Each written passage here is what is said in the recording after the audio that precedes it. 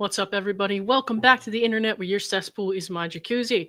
Today we're going to go over some of the Blake Lively, Ryan Reynolds, Justin Baldoni stuff again. I have not, like I said, I was going to come on and recap the Justin Baldoni New York Times lawsuit. I have not had time to do that yet. And I am going to go through some of it at the end of this video today, but I'm on my lunch hour from work, so I'm not going to have a whole lot of time, and I don't think I can get through 87 pages because we have something a little more pressing that I wanted to talk about, which is the bizarre way that Justin Baldoni was now allegedly mocked in Deadpool and Wolverine. Now, I don't know if you guys watched Deadpool and Wolverine. I did.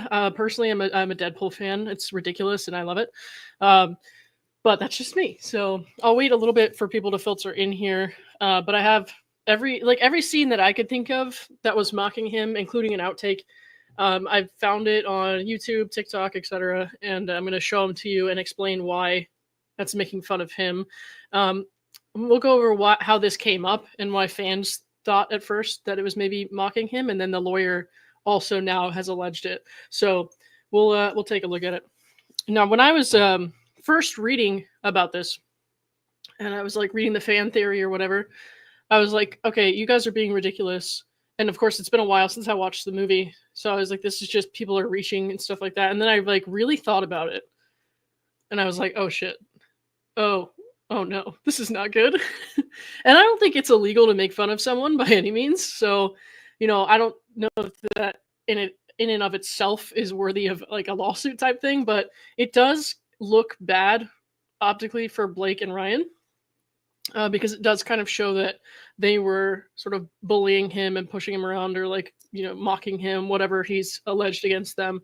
It's not a good look for their side.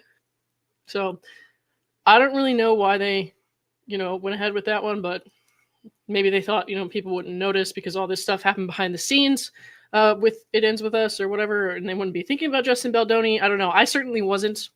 I did not connect the dots at all until now. So let me pull this up first.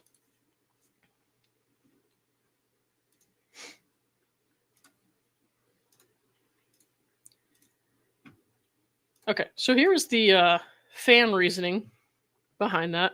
It says some social media users are speculating that the movie Deadpool and Wolverine, which stars the actor's husband, Ryan Reynolds, also features a cameo by the Gossip Girl alum herself, contains a dig at her Ends With Us co-star and director. Now, Blake Lively is the voiceover of Lady Pool. I don't think she was actually in the costume, but she did the voice. And you're going to see, I'm going to show you a clip where Lady Pool shoots and kills the character that is allegedly based on Justin Baldoni. And it is a very, very bad look at this point. I didn't think much of it at all when I saw the scene in the movie, but now it's kind of like, oh, yikes. Okay. Although the movie hit theaters in July 2023, the discourse has ramped up in the wake of Baldoni and Lively's legal battle. In a December 31st lawsuit, which followed a near-identical legal complaint she made to California's Civil Rights Department, the actress accused him of sexually harassing her on the set of It Ends With Us and retaliating against her with a smear campaign after she complained. Now, I did go through that legal complaint with you guys, and when we were reading that, I was like, surely there's more context to a lot of what she's alleging, right? Because some things were just like not adding up. There's no way some guy just like went into your trailer and was like sobbing and crying about whatever she was saying he was sobbing and crying about, like unprovoked. Like it just didn't make sense to me. But at the same time, it's like that doesn't necessarily mean that he didn't do any of what she's alleging. I still don't really know where I stand on this because I need to go through, Justin's New York Times lawsuit. And then, of course, the lawyer for Justin is saying, well, I'll show you in a minute, but I'm going to, obviously go through his lawsuit when it's filed against Blake. So Baldoni's lawyer has denied the accusations, calling them categorically false. Okay. So obviously Justin is saying, no, that's not what happened. All right. I want to get to the stuff we're here to talk about.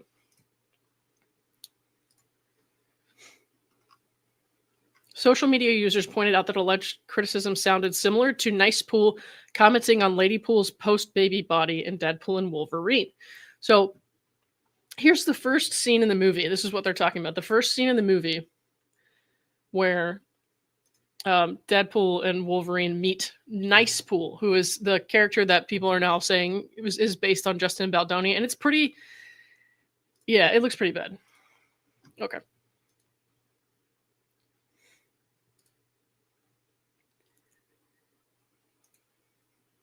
About that. Come here, girl. Who are you? Oh, I'm Deadpool. And I guess you're Deadpool too. But in here, everybody calls me Nicepool. Oh my goodness, wait till you see Ladypool. She is gorgeous. She just had a baby too, and can't even tell. I don't think you're supposed to say that. That's okay. I identify as a feminist, right? My God. So that clip is from Alpha Clips on YouTube, and that's just a small part of it. So if you wanted to go and see the rest of it, you can go to their channel and check that out.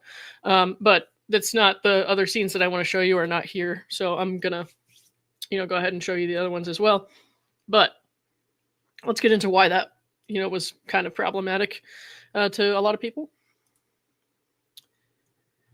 In 2017, Baldoni gave a TED Talk titled "Why I'm Done Trying to Be Man Enough," noting in his speech that he was trying to be a feminist, amplifying the voices of women around the world. In 2018, Baldoni penned a romper essay about being a feminist dad to his and wife Emily Baldoni's 2 children. I actually didn't know he was married. So, and then it's talking more about the Deadpool stuff. In another scene, Deadpool and Wolverine, Emma Corrin's supervillain character Cassandra Nova invades Deadpool's mind and gains access to his memories by literally sticking her hand inside his head. Afterward, he yells, "And where in God's name is the intimacy coordinator?"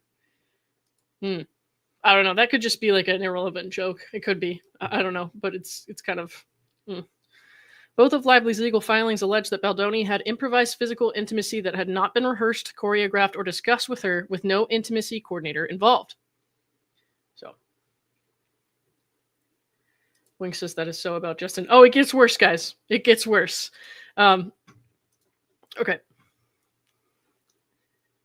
In his lawsuit against the New York Times, Baldoni alleges that the outlet and actress intentionally exclude that Lively refused to meet with the intimacy coordinator to plan out the film's sex scenes. Okay. And then we have the lawyer actually speaking on this.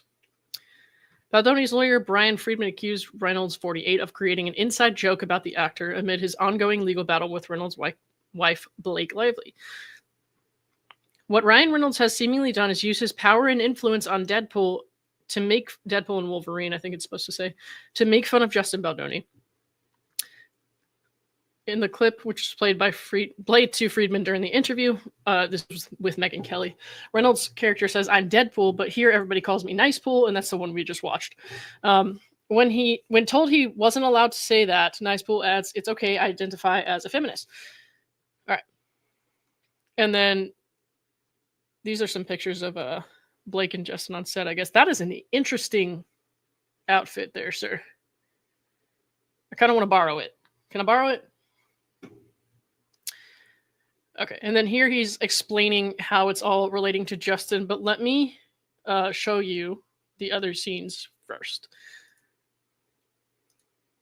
Okay, so this is a TikTok. It's an outtake, and it's on this. I'll link to this TikTok here in the chat right after we watch it. Okay.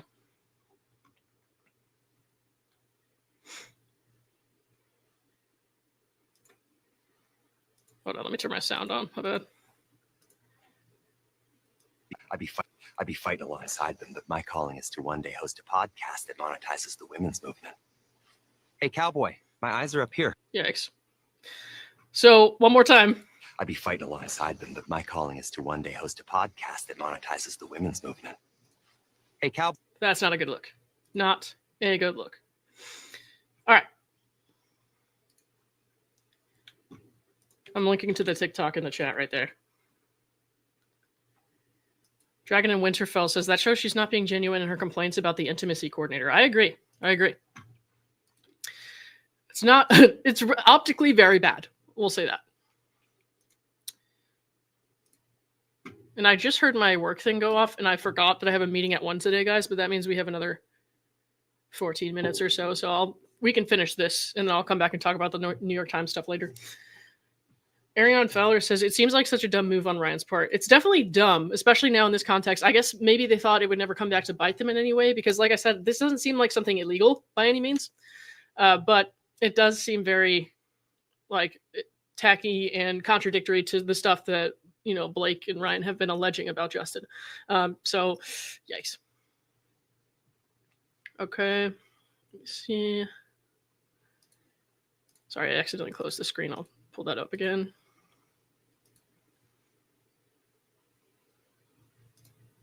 Okay. When asked what he thought of the clip, Friedman, Baldoni's lawyer, said, "What I make of that is that if your wife is sexually harassed, you don't make fun of Justin Baldoni. You don't make fun of the situation. You take it very seriously. You file HR complaints. You raise the issue. You follow a legal process. What you don't do is mock the person and turn it into a joke. There's no question it relates to Justin. The hair bun, their comments about the pregnancy. It's pretty obvious what's been done." And there are pictures of Justin Baldoni with a man bun. I tried to find one that I could use in the thumbnail or something, but I could not. So hang on one second.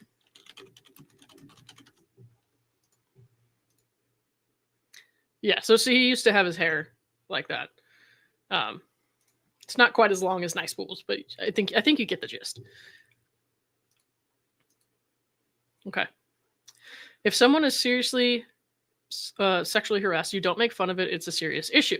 Now, to that, I would say, like, I agree to an extent, but people deal with things in like various ways. I'm definitely somebody who makes fun of things that other people would consider dark, even when it pertains to like bad stuff that's happened in my life or to me. So I don't think that, you know, saying that somebody using this as humor is really like, again, it's not a crime. Like, you could argue that it's tasteless. Definitely, you could argue that it's tasteless, but like, I've said some pretty outlandish stuff too. So when I'm reading through these things, I'm like, this whole Nicepool character, now that I'm looking back on it in this context, I'm like, I don't like this. This is not great.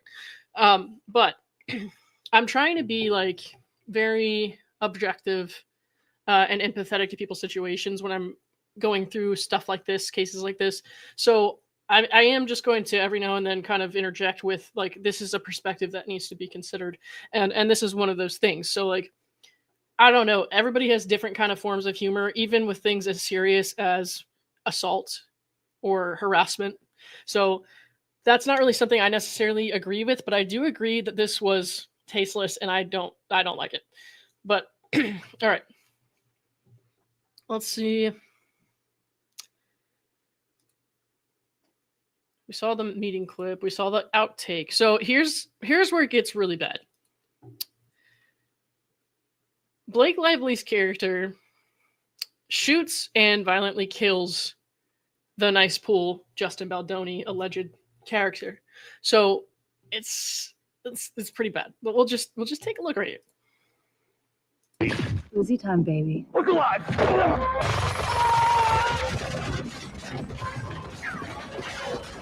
Okay, not only that, but Ryan Reynolds uses the character to shield himself from the bullets. So that's probably the worst part of it. Really, really not good. But yeah. Homeboy wore combat boots to the beach says, "I think some people in Hollywood feel invincible. Discovery and depositions are going to get dirty." I agree. I definitely agree. This was not a smart move at all. But let's look at a different one here. Hang on. It's definitely overkill, but like literally because they're killing the character, but like they the way they have him shot repeatedly over and over, and then you're gonna see in this clip here, they drag him back out to get shot some more, and then his head blows up. It's pretty gross, but please remember that it's fake, okay? Really great since Endgame.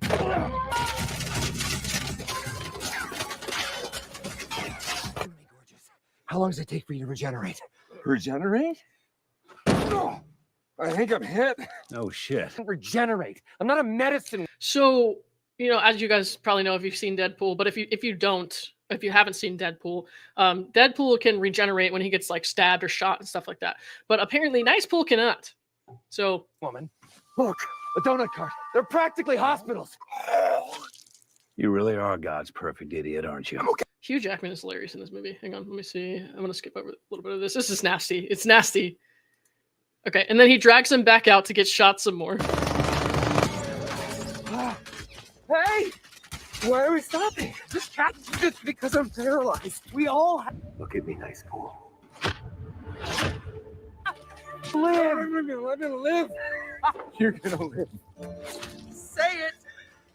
I'm gonna live. I'm gonna live.